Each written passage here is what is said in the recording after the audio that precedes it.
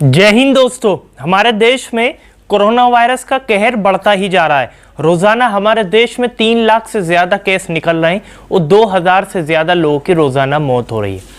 हमारे देश में जो लोग हॉस्पिटल में एडमिट है, पहली बात तो बेड नहीं मिल पा रहे हैं और जिनको बेड मिल गया है उनको ऑक्सीजन नहीं मिल पा रही है। आप देख सकते हैं कि हमारे देश की सरकार की किस तरीके की तैयारियां हैं। हमारे देश की सरकार की इस तरीके की तैयारियां कि जो लोग हॉस्पिटल में जिनको बेड मिल पा रहा है उनको ऑक्सीजन नहीं मिल पा रही है, और जिनको ऑक्सीजन नहीं मिल पा रही है तो वो अपनी सांसें छोड़कर ऊपर जा रहा है, परिवार को छोड़कर ऊपर जा रहा है। वहीं दोस्तों जिनको हॉस्पिटल में बेड नहीं मिल पा रहा है तो वो भारी मर जा रहा है। ऑक्सीजन तो उसको दूर की बात है कि उसे ऑक्सीजन मिल जाएगी।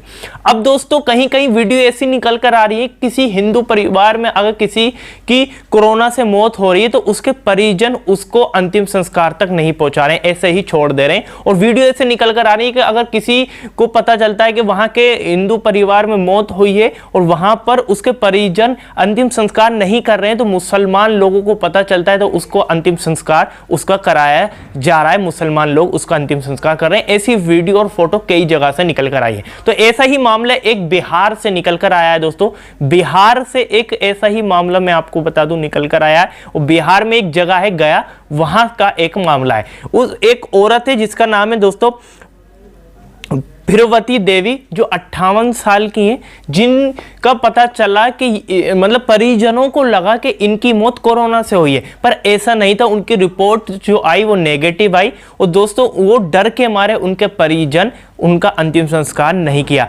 वाहन से हॉस्पिटल के वाहन से एम्बुलेंस से फिरवती देवी आई घर पे। जब उनकी डेथ होगी तो 2 बजे से शाम के 8 बजे तक वो एम्बुलेंस में ही रही। उनके परिजनों ने उनका अंतिम संस्कार नहीं करा। दोस्तों मुसलमान लोगों को, आसपास के मुसलमान लोगों को पता चलता है कि फिरवती देवी है एक, वहां पर उनके परिजन उनका अंतिम संस्कार नहीं कर रहे हैं, जबकि उनकी रिपोर्ट भी नेगेटिव आ गई। पर परिजन सोच रहे हैं कि इनका जो रिपोर्ट है, इनकी जो मौत है वो कोरोना से हुई है। डर के मारे उनके परिजनों ने अंतिम संस्कार नहीं करा।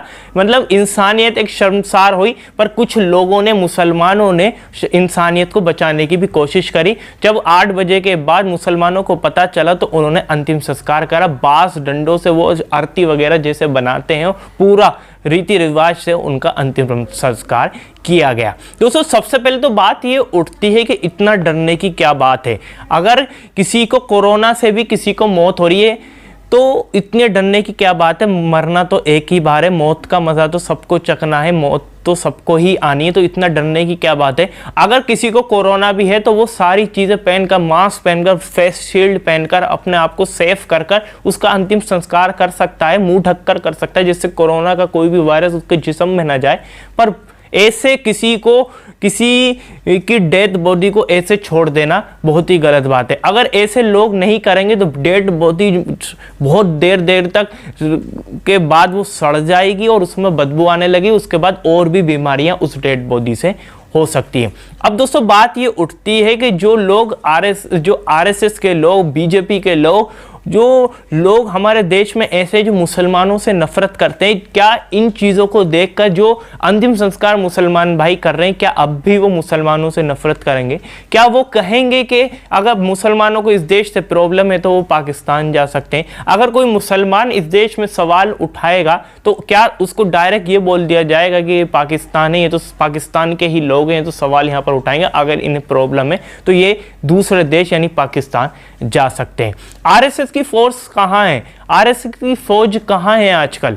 क्यों नहीं उतरती है? लोगों की मदद क्यों नहीं करती? आपको नजर नहीं आ रही होगी। हमारे देश की सरकार तो सिर्फ चुनाव में बिजी रही, पश्चिम बंगाल में चुनाव में बिजी रही। जब चुनाव आयोग ने कहा कि अब रैलियां नहीं होंगी, रोड शो नहीं होंगे, उसके बाद दोस्तों रैलियों पर स्टॉप करा, वरना अपनी मनमर्जी से वो रैलियां नहीं रोक रहे थे। बिना मास्क से प्रधानमंत्री नरेंद्र मोदी जी भी रैलियां करते हुए दिखे। वहीं अमित शाह हजारों की भीड़ लेकर रोड शो करते हुए दिखे बिना मास्क के। क्या अमित शाह पश्चिम बंगाल में रैलियां, जहां पर मतलब ऐसा लगता है कि जहां पर चुनाव है वहां पर कोरोना वायरस नहीं है, वहीं चुनाव की रैलियां खत्म करके जब दिल्ली लौटते हैं बीजेपी के लोग तो वहां पर ये ऐसा बन जाते हैं जैसे कि इन्होंने रिसर्च कर रखी है, कोरोना वायरस से लोगों को ज्ञान देने लगते हैं। तो लोगों से मैं यही कहना चाहूँगा, देशवासियों से यही कहना चाहूँगा, इनकी साजिश को आपको समझना होगा और इनकी चीज़ों को आपको समझना होगा। आप हिंदू और मुस्लिम के मुद्दे पर मत भटकना, मंदिर मस्जिद के मुद्दे पर मत भटकना, पाकिस्तान और हिंदुस्तान के मुद्दे पर मत भटकना। जो लोग आपके क्षेत्र में विकास करते हैं, जो आपके मुद्दे की आवाज़ उठाते हैं, उनके ही बारे में सोचिएगा। चलिए, आपकी क्या राय है इसको लेकर आप नीचे कमेंट बॉक्स में जरूर बताइएगा। इस वीडियो को ज़्यादा से शेयर करिएगा, लाइक जरूर करिएगा। चैनल पर नए चैनल को जरूर सब्सक्राइब और बेल आइकन को जरूर दबा दिया ताकि मैं जब भी नई वीडियो लेकर आऊँगा तो आपको पता चल जाएगा। चलिए, इस वीडियो में इतना ही।